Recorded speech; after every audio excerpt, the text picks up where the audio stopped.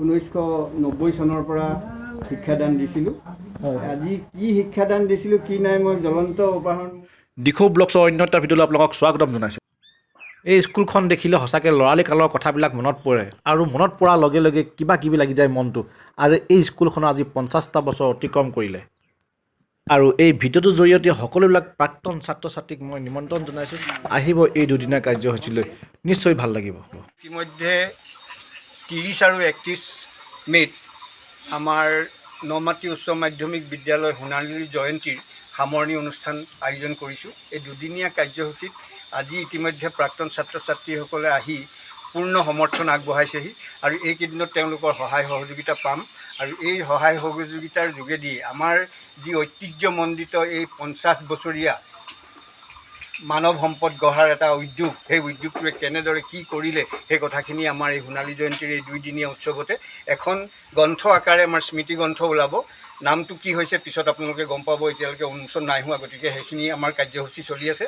গতিকে সকলোৰে পূৰ্ণ সহায় সহযোগিতা পাম বুলি আশা ৰাখি আমি 30 আৰু 31 এই দুদিনীয়া কাৰ্যসূচীত সকলোৰে সহায় সহযোগিতা কামনা কৰিছোঁ। আৰু প্ৰধান শিক্ষকো আছে, ইতিমধ্যে আমাৰ বাইদেউসকলো আছে, পুৰণা সকলো দেখিছে আপোনালোকে, গতিকে এইখিনি কথা আমি জনালোঁ। এতিয়া মই বৰ্তমান আছোঁ আমাৰ হেড ছাৰ পাটৰ ছাৰৰ ওচৰৰ আমাৰ প্ৰধান শিক্ষক এইখন স্কুলত এতিয়া বৰ্তমান হৈ আছে। তেখেতৰ পৰা সৰু কথা দুটামান জানিম যে স্কুলখনৰ প্ৰতিষ্ঠাটো কিভাগে হৈছিলে সেই বস্তুটো অকণমান তেওঁক সোধোঁ, তেওঁ ক'ব, আপোনালোকে শুনি থাকিব। তো পাটৰ ছাৰ, প্ৰথমতে নমস্কাৰ জ্ঞাপন কৰিছোঁ আপোনাক।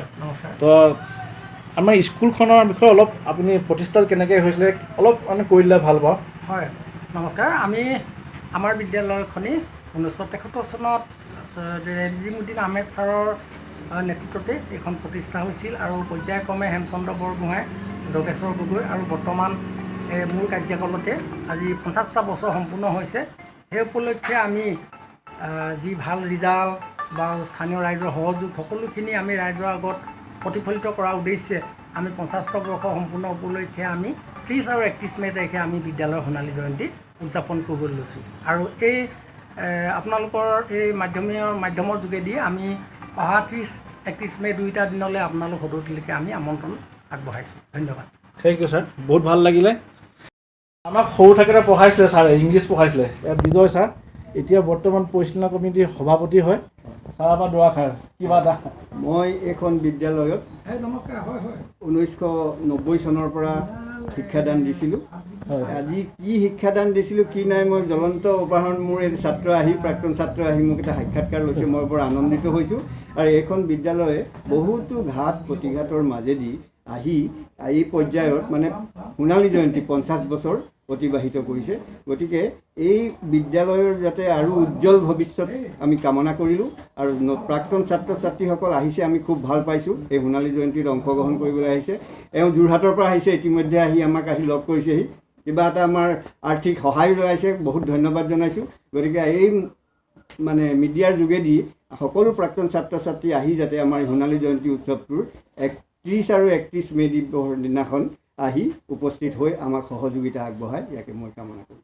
ধন্যবাদ। ধন্যবাদ ছাৰ, বহুত আপোনালোক যোগেদি আমাৰ বিদ্যালয়ত এই 50 বছৰীয়া সোণালী জয়ন্তী উৎসৱলৈ যি 30 আৰু 31 তাৰিখে কাৰ্যসূচী লৈছোঁ, আমি আপোনালোকৰ যোগেদি সকলো প্ৰাক্তন ছাত্ৰ ছাত্ৰী আৰু স্থানীয় উদ্যোগী ৰাইজৰ উপস্থিতি আমি কামনা কৰিলোঁ।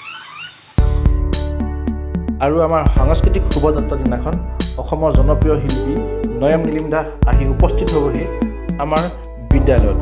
সেইকাৰণে সকলো আহিব, নিশ্চয় ভাল লাগিব সেইদিনাখন। আৰু আমাৰ যিটো গ্ৰুপ বনাইছে সেই গ্ৰুপত প্ৰাক্তন ছাত্ৰ ছাত্ৰীসকলৰ ফটোবিলাক মই পাইছোঁ, গতিকে তেওঁলোকৰ ফটোবিলাকো এই ভিডিঅ'টোত মই এড কৰি দিছোঁ, চাই ভাল পাবৰ কাৰণে, বেলেগ কোনো কথা নাই। এইটোৱে আছিলে মোৰ অতিকে মৰমৰ, অতি প্ৰিয় সেই এৰি থৈ অহা হাইস্কুলখনৰ ওপৰত বনোৱা এটা সৰু ভিডিঅ'। যদি চাই ভাল পালে লাইক কৰিব আৰু কমেণ্ট এটা কৰি ক'বলৈ নাপাহৰিব ভিডিঅ'টো কেনেকুৱা পালে। তো আজিলৈ ৰাখিছোঁ, bye bye and Jay I Assam.